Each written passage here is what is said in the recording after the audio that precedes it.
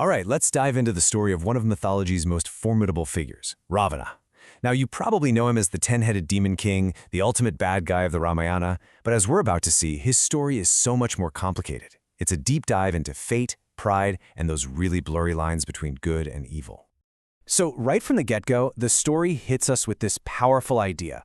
Good and evil, they kind of come from the same place. Ravana wasn't just born a monster out of nowhere. No, he really embodies the struggle between these two forces, and that struggle is what makes his story so tragic. To really get who the demon king Ravana is, we have to rewind way back to his previous life.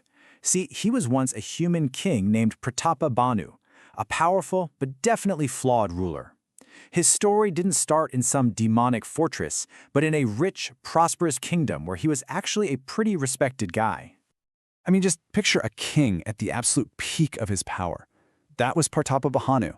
He was seen as a just ruler, his people loved him, and his kingdom was enormous. But, as we all know, even the most powerful people can have a long, long way to fall. And this is where it all goes wrong. It's this crazy domino effect. A single act of betrayal, of misplaced trust, kicks off a chain of events that completely seals Pratapbhanu's fate. He gets tricked into dishonoring these holy men, and their curse, well, it doesn't just punish him, it literally transforms him into the very thing he would have fought against. And just like that, Pratapbhanu is gone. He's reborn as Ravana, the demon king of Lanka. His past life is totally erased, and what's left is this being with immense power, but absolutely no virtue. His reign is about to plunge the entire world into darkness. So Ravana's rule is basically a reign of terror. He doesn't just ignore virtue, he actively hunts it down and tries to destroy it. And why? You have to think every prayer, every good deed is a reminder of the pious king he used to be, a life he can never get back. So he builds this empire of fear, a world where any mention of holiness is violently stamped out. But here's the thing. Even in the middle of all this darkness, in his own court, one voice of reason tries to get through to him. And this is the critical turning point, where Ravana's fate, which was sealed by a curse, is now going to be cemented by his own choices. After Ravana kidnaps Sita, who offers him a way out? His own brother, Vibhishana. He gives him a lifeline. He doesn't say, let's go to war. He says, make peace, be righteous, return Sita, and respect Rama. It was Ravana's one last shot at redemption. And this is the moment of truth. Ravana's pride has totally consumed him. He can't even stand to listen to his own brother, the one person who could have saved him. Instead of listening, he physically kicks him right out of the court and exiles him.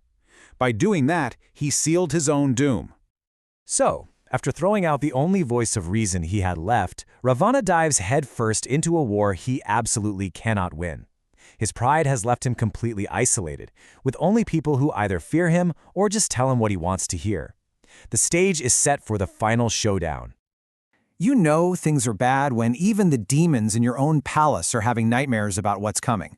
Trijata, who's guarding Sita, has this chilling dream that basically lays out the entire destruction of Lanka and its king. The imagery is just brutal. Ravana, naked on a donkey, heading south, which is the direction of death. I mean, the signs were literally everywhere. The fall of Lanka isn't some long, drawn-out siege. It's swift, it's brutal, and it's absolute. Ravana's empire just crumbles around him. His armies are wiped out, his own sons are killed, and yet he just stands there, defiant, completely blinded by his own pride. He's a king sitting on a throne of corpses, just waiting for the end. All right, so this leads us to the final act. The once invincible emperor, the king who conquered the universe, now has to pay the ultimate price for his pride. And the battle is just immense. Rama is cutting off Ravana's 10 heads and 20 arms, and they just instantly grow back. It's unbelievable. He seems literally immortal. Even at the very end, his power is just staggering. So what was his weakness? If you can't beat him physically, how in the world could he be defeated? Well, Ravana's true weakness wasn't a chink in his armor. It was this fatal flaw deep in his soul, his hubris. That unshakable, arrogant belief in his own power. That was the poison that rotted him from the inside out. At the end of the day, it was his pride, not Rama's arrow, that truly brought him down. So when he finally falls, it isn't just the end of a king, it's the end of an entire age of darkness.